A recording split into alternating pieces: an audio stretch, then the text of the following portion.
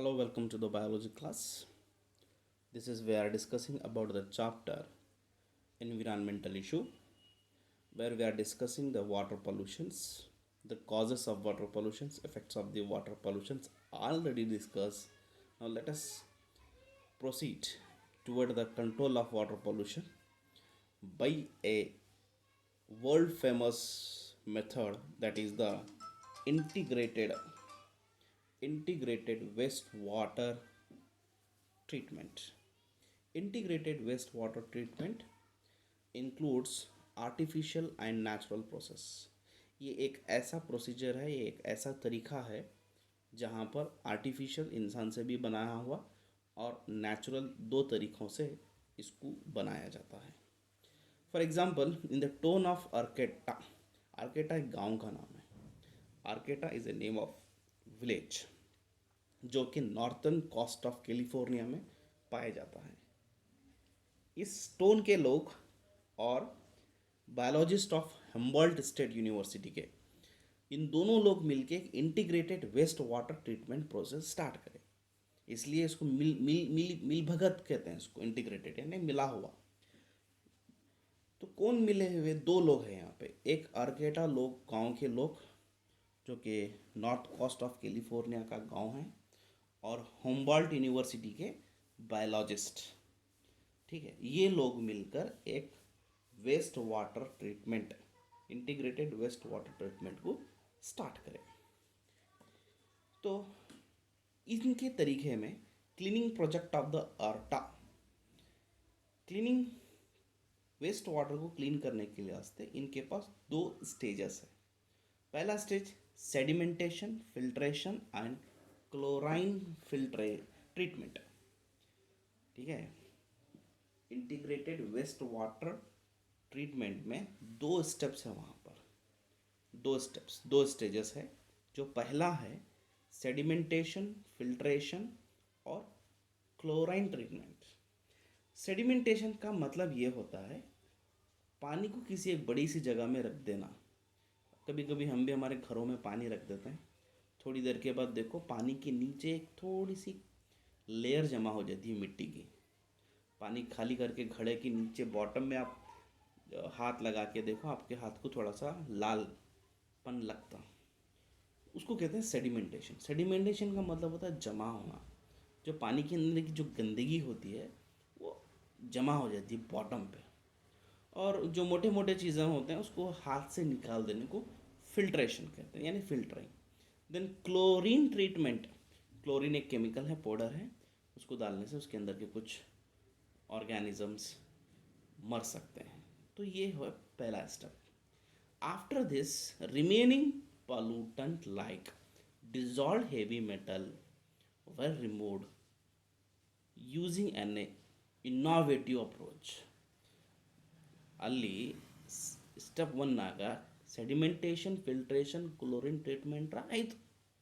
ಅದರಲ್ಲಿಂದ ಕೆಲವು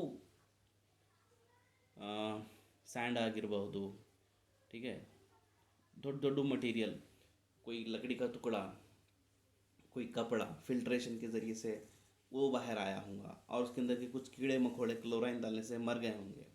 ओके, ये तो हो गया। लेकिन उसके अंदर का जो हेवी डिजॉल्व्ड टॉक्सिक सब्सटेंस है, हेवी मेटल, उसको कैसा रिमूव करना, हाउ टू रिमूव दैट। तो उसको रिमूव करने के वास्ते इन्होंने एक नया तरीका, इनोवेटिव अप्रोच ढूंढ निकाले। वो क्या था? सेकंड है वो, number 2। Biologists develop a series of 6 connected marshes over 60 Hector of marshland. एक ज़मीन, बड़ी सी ज़मीन लिए जो 60 हेक्टर्स है। 60 हेक्टर्स के लैंड पर इन्होंने मार्शेस डेवलप करे। अब ये मार्शेस क्या है? मार्शेस प्लांट्स है, कई सारे प्लांट को लाइन बाय लाइन उगाए, जिसके अंदर अलगे, फंगई, बैक्टीरिया, सीड वेयर वहाँ पर यूज़ करें। तो इनके अंदर से पानी को जब बहाए, पानी को जब पास करे, तो ये न्यूट्रलाइज कर लिए, उस पानी के अंदर के हेवी मेटल को न्यूट्रलाइज कर दिए, पानी को न्यूट्रलाइज कर दिए, and they absorb assimilate pollutant, thus the water flow through the marshes get purified naturally. तो ये नेचुरल वो इनोवेटिव तरीका है जो टोन आर्केटा टोन के लोग और हम्बर्ट यूनिवर्सिटी के बायोलॉजिस्ट मिलकर बनाए थे। क्या बनाए इन्होंने? पहला तो सेडिमेंटेशन, फिल्ट्रेशन, क्लोराइन ट्रीटमेंट दिए, उससे जो मोटा मोटा था वो निकल गया, लेकिन जो केमिकल है अंदर डिजॉल्व हुए से उसको कैसा निकाले? बायोलॉजिकल अप्रोच, बायोलॉजिकल डेवलपमेंट क्या करे उन्होंने? एक 60 हेक्टर के लैंड में क्या डेवलप कराए? मार्शस डेवलप कराए। ठीक है, 6 series of marshes connected each other, वो डेवलप हुए। वो मार्शस में क्या थे? अलगे, बैक्टीरिया, फंगस, ये थे। ये उस गंदे पानी के अंदर के केमिकल को न्यूट्रलाइज कर लिए एंड उसके अंदर के जो वेस्ट मटेरियल को एब्सॉर्ब करके एक प्यूरिफाइड वाटर को पास करे। So this is an innovative approach in the California. ठीक है, जिसको हम बोलेंगे integrated waste water treatment is a one procedure to clean the waste water. ठीक है, ये आपको लिखना है। Cleaning project of Arcata marshes also constitute a sanctuary with a high level of biodiversity in the form of fish, animal and bird। तो वहाँ पर वो पानी क्लीन भी हो गया एज वेल एज उन्होंने एक सेंचुरी भी बना दिया उसको, क्योंकि उसके अंदर बहुत सारे फिश, एनिमल और बर्ड पाए जाने लगे। ठीक है, तो इसी तरह उनको एक नाम दिया गया और एक अवार्ड दिया गया, friends of the Arcata marshes form बोल के। एग्जामिनेशन में फॉर्म का फुल फॉर्म पूछता है, FOAM का फुल फॉर्म क्या है? Friends of the Arcata marshes. उनको फ्रेंड्स बोलते हैं, वो बायोलॉजिस्ट और people of the Arcata town के जो लोग थे उन फ्रेंड्स हो गए। So friends of the Arcata marshes form is a citizen group of the upkeep and safeguarding of this project. Upkeep and safeguarding of this project. ये आपको सारे पॉइंट्स लिखना है। अभी एक जो नेक्स्ट टॉपिक जो आपके सामने आया है, इसका नाम है इकोलॉजिकल सैनिटेशन। सैनिटेशन देखो बच्चों, बाथरूम। ठीक है, सैनिटेशन का मीनिंग होता है बाथरूम, जो हम यूजुअली हम एक्सेस, ह्यूमन बीइंग एक्सेस को रिमूव करके जो पानी वहाँ पे बहाते हैं, वो पानी हमारे एक्सक्रेटा को धो के वो गंदा कर सकता है। नालियों में जो इंसान का जो व्हाट यू कॉल्ड सीवेज है, सीवेज में मैक्सिमम आपको सैनिटेशन वाटर ही मिलता है। तो एकोलॉजिस्ट उसको हैंडलिंग करने का एक बेहतरीन तरीका ढूंढ निकालें, जिसको हम बोलेंगे एकोलॉजिकल सैनिटेशन।